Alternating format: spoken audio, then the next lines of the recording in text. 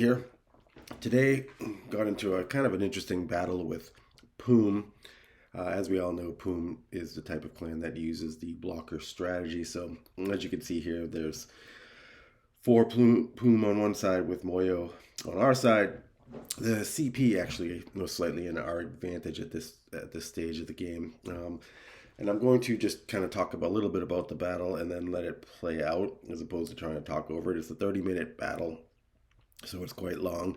There's a lot of phases to it because the Poom side keeps changing out who their players are, and there's a couple of points where we try to, when they're doing those things, and part of the blocker strategy is our strategy is to get someone in when they're trying to do these changes. Eventually, we did get Emily in from Evil, and then we were able to pretty much dominate the fight at that point.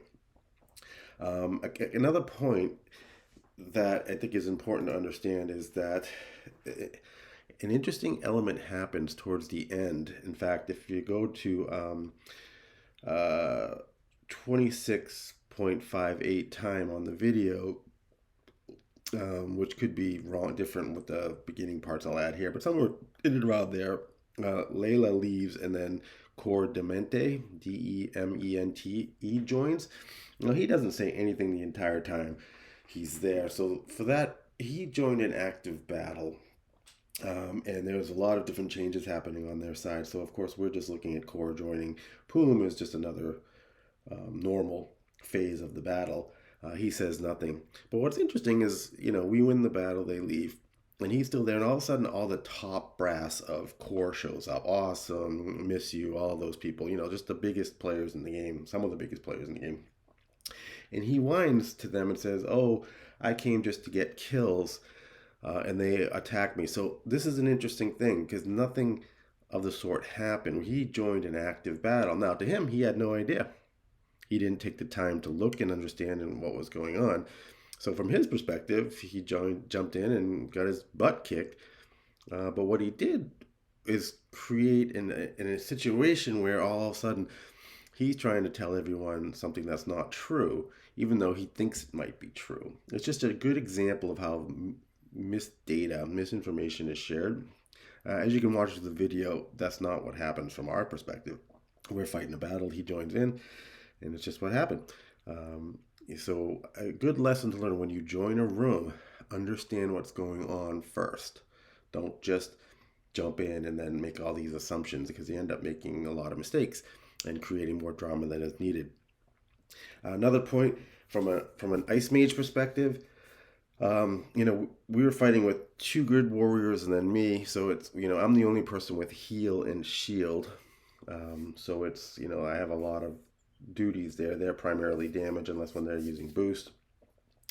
The other side had a more diverse group where they had two healers, two assassins, and then two warriors. So they can do boost and damage as well as heals and shields and things. So they had a little more diversity in the things that they could deploy with us. But what happened was, at first we were not coordinated and we weren't doing well together. But you'll see a couple times where I'm by myself and I hover and I take note of where our portal is. We're red, so where the red portal is. And I drop shield and heal to stay alive as much as I can, letting them all attack me and wasting a lot of their skills. I just need to stay alive long enough for my team to kind of take the portal and then just wipe them clean. You'll see that a number of times. So when you're an Ice Mage, that's one of your roles, can be that you absorb as much damage and skills as you can, leading the other team towards your portal, and then boom, your other teammates come out and take them out.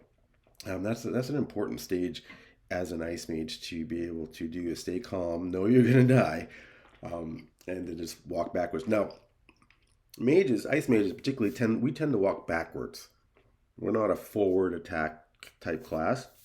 Assassins tend to come and attack straight or go zigzag or side to side, and warriors are going forward but spinning in all these different directions. So you've got to adapt how you're playing with the people you're playing with. So you notice I'm always trying to stay in the middle of the fight, because the warriors and what they're spinning, and it can be chaotic, and it's trying to stay next to both of them at the same time while they're just doing their thing can be challenging as well. And the final point about an Ice Mage is, developers, how many times did my my freezing ball just pointed perfectly at the enemy, go flying off randomly for no reason. I mean, I've lost a lot of potential damage in that scenario, and I don't know what else I could possibly do. I'm literally pointed directly at the people. I hit the spell, and boom, the skill misses completely. Like sometimes it goes randomly off in various directions. I think we could do a little bit better job of that. So anyway, check it out. There's a lot that goes on here. The other side, Poom side, is switching out players left and right. They've got blockers for the most of it until we can finally get someone in. And then the whole thing with the confusion with Kor at the very end. It's just fascinating how all of these things happen and create